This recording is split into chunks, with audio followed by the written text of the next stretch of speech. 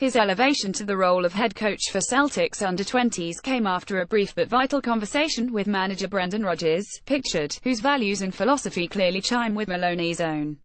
Indeed, the former Scotland midfielder had intended to study the Irishman's methods and help out without taking a wage, only to find himself installed on the Parkhead payroll within a matter of hours. You're talking less than a week between knowing I was stopping and this job becoming available. I met Brendan on a Thursday and I started here on the Monday, he said. The manager drove it and I know I'm really fortunate to be here because the way that the club is perfect for a young coach to learn. When I started to think about not playing, I was ready to go and shadow a manager or a coach at an academy.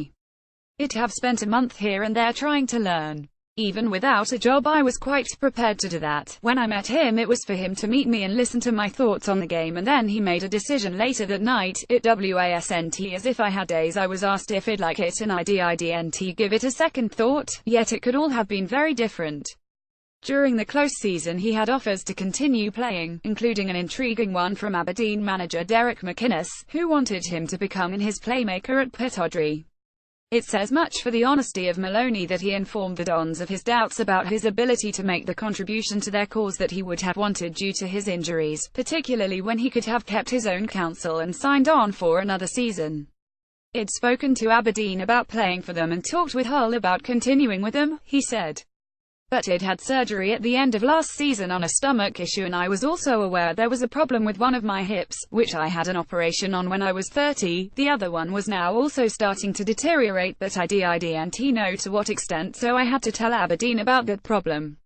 Then, when they did the scans they needed to do, they found out that the problem was bigger than I'd thought and that it would require more surgery. Consequently, there would have been a lengthy rehabilitation process and, at my age, and coming off another operation, I knew then that I had to stop playing. I've had a few injuries throughout my career and I thought it was the right point to stop playing and get out while I could still be active. Life, and not merely the footballing part of it, had been proving troublesome for some time for Maloney, which made his decision to call it a day much easier than it might have been. I've known for a couple of years that training was becoming difficult, what with post-training and things like that, he said. For me, the toughest bit was speaking to the clubs. Hull wasn't too bad because they knew my medical history, but Aberdeen is my hometown and they like to have gone back there, but I couldn't have gone there and not told them and then sat there for a year or 6 months or however long it was, taking away a part of the squad that the manager is trying to build. Telling them there might be an issue was hard, but by the time we found out it was worse than I'd thought, my decision had been made. I spoke to the manager and the club doctor.